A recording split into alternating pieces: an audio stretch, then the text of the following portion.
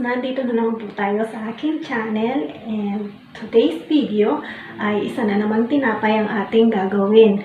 But this time, gagawin natin ay yung isa sa mga famous na tinapay dito sa Malaysia.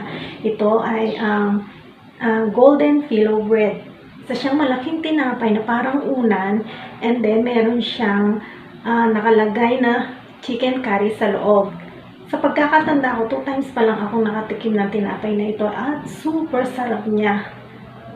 Kaya kung interesado kang malaman kung paano magluto, tapusin mo lang ang video na ito. Pero syempre, bago tayo magsimula, huwag mong kakalimutang i-like at i-share ang ating video. At kung bago ka pa lang sa aking channel, please subscribe at i-click mo na rin po yung notification bell para lagi kang updated sa mga susunod ko pang mga video. So tara na at simulan na natin ang pagluluto.